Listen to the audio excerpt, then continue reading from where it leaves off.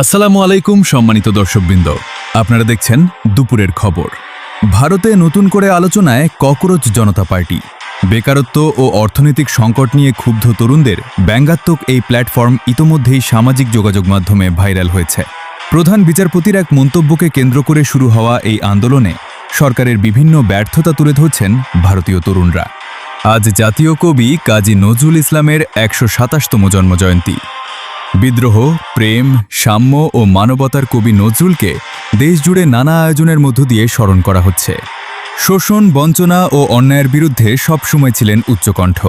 তার কবিতা, গান ও সাহিত্যকর্মে উঠে এসেছে মানবতা, স্বাধীনতা ও সাম্যের বার্তা।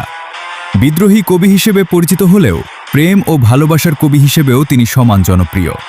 বাংলা সাহিত্য ও সংস্কৃতিতে কাজী নজরুল ইসলামের অবদান চিরস্মরণীয় হয়ে থাকবে। অবশেষে খুলে গেল বিশ্বের অন্যতম গুরুত্বপূর্ণ নৌপথ হরমুজ প্রণালী।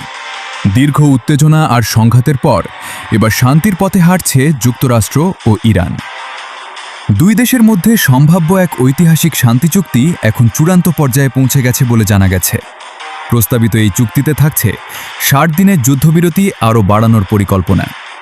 একই সঙ্গে পুনরায় খুলে দেওয়া হবে হরমুজ প্রণালী, যেখানে গত কয়েক মাস ধরে উত্তেজনার কারণে বিশ্ব বাণিজ্যে দেখা দিয়েছিল বড় ধরনের অনিশ্চয়তা।